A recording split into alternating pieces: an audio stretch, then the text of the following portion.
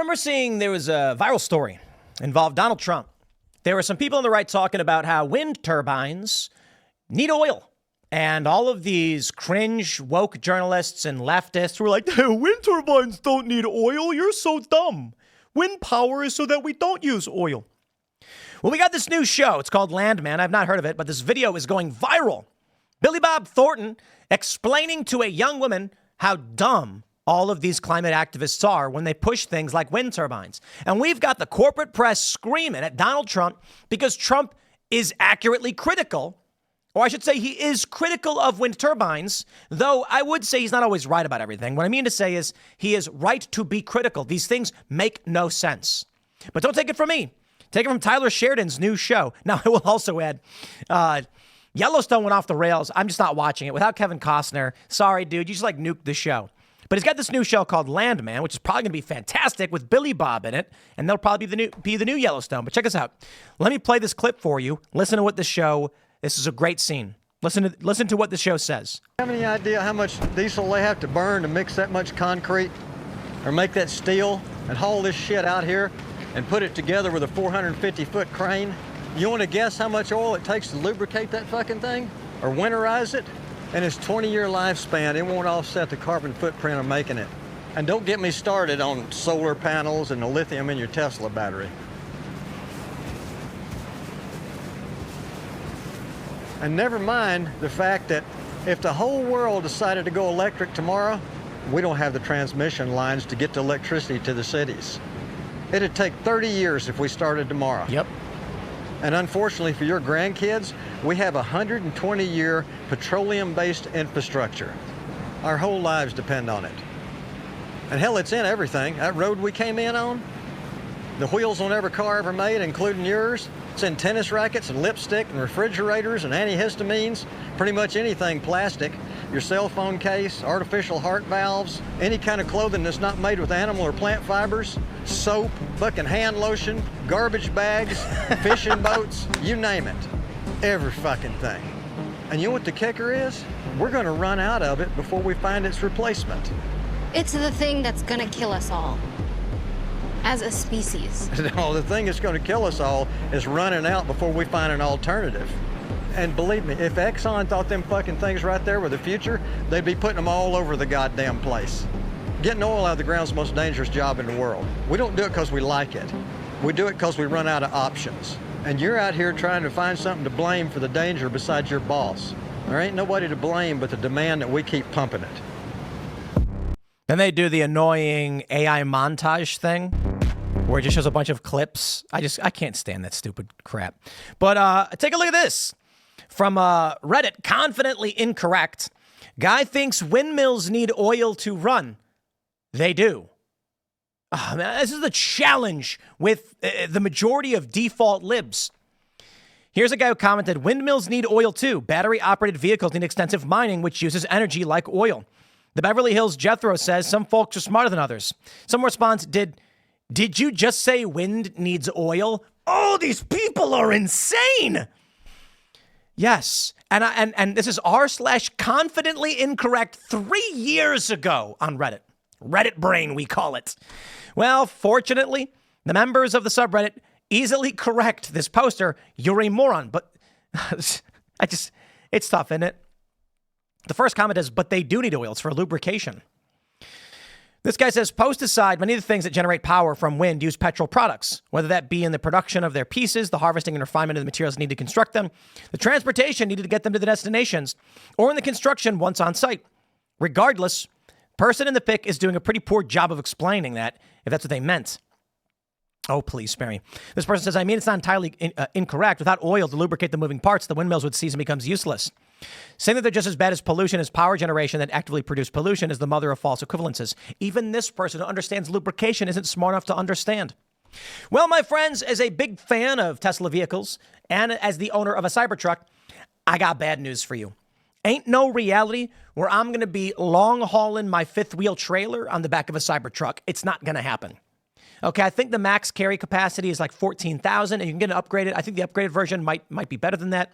But that's the bare minimum for an unladen fifth wheel trailer. Can't do it. So we get a Dodge Ram I don't know, it's one of the good ones, 35 or something, 3,500.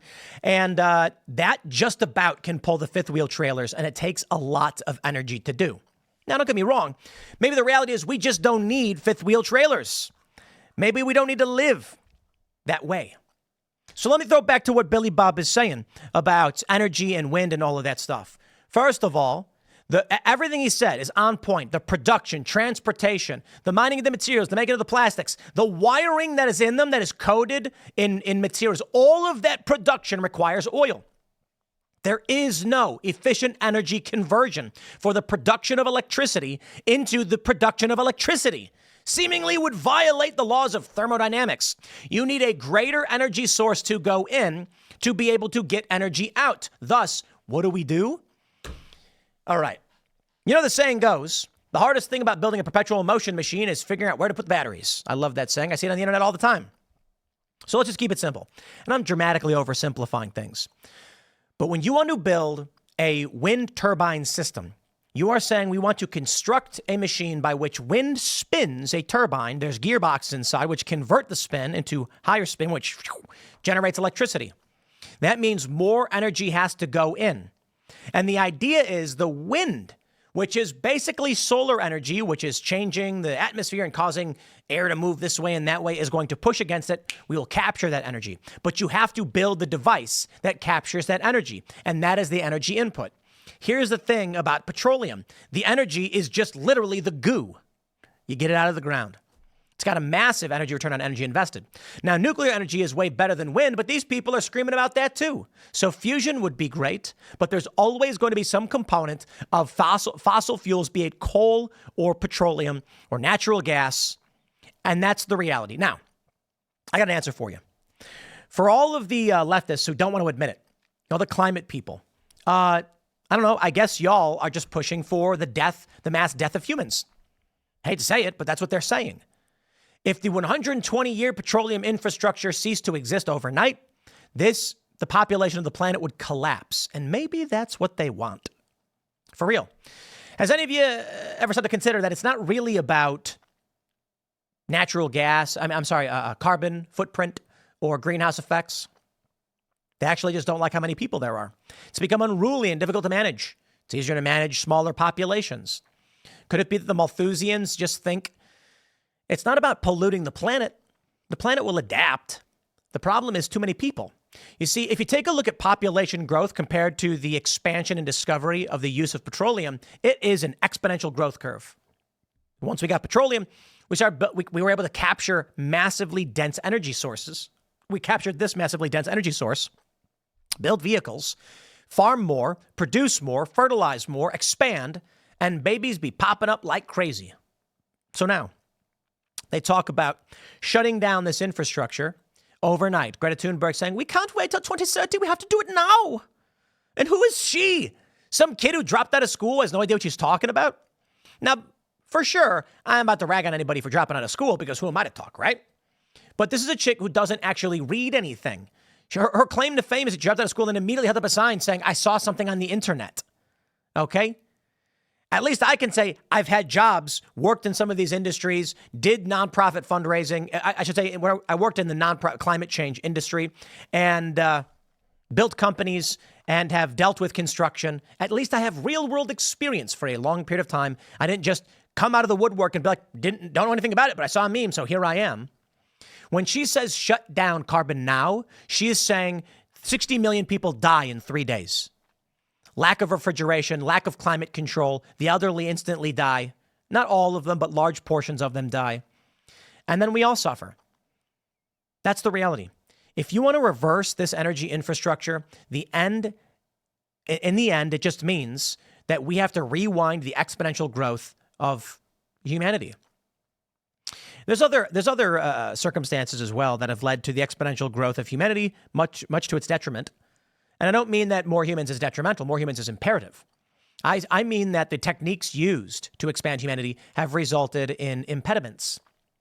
The expansion of the development of explosive crop yield by Norman Borlaug has resulted in nutrientless starch that allows people to eat and get energy, but not the nutrients they need to actually function properly. So now we have poor fat people. It's because they're eating food with lots of carbs and no nutrients, and their body needs nutrients, so they just keep eating, and it doesn't work. So I'll tell you this. I wish we had a simple fix. I wish we had a simple solution, but we don't. We really don't. It's going to take a lot. It's going to take innovation. It's going to take space travel. The hard work of people like Elon Musk, not just him, the entire SpaceX team in developing new technologies because they want to go to Mars. There has to be an incentive, a motive. Neil deGrasse Tyson the other day was ragging on him, saying you need geopolitical conflict, or you need the hopes and dreams of a powerful and smart man to inspire young people to chase the stars. It wasn't geopolitics that made the car happen. Stupid. That guy's a moron.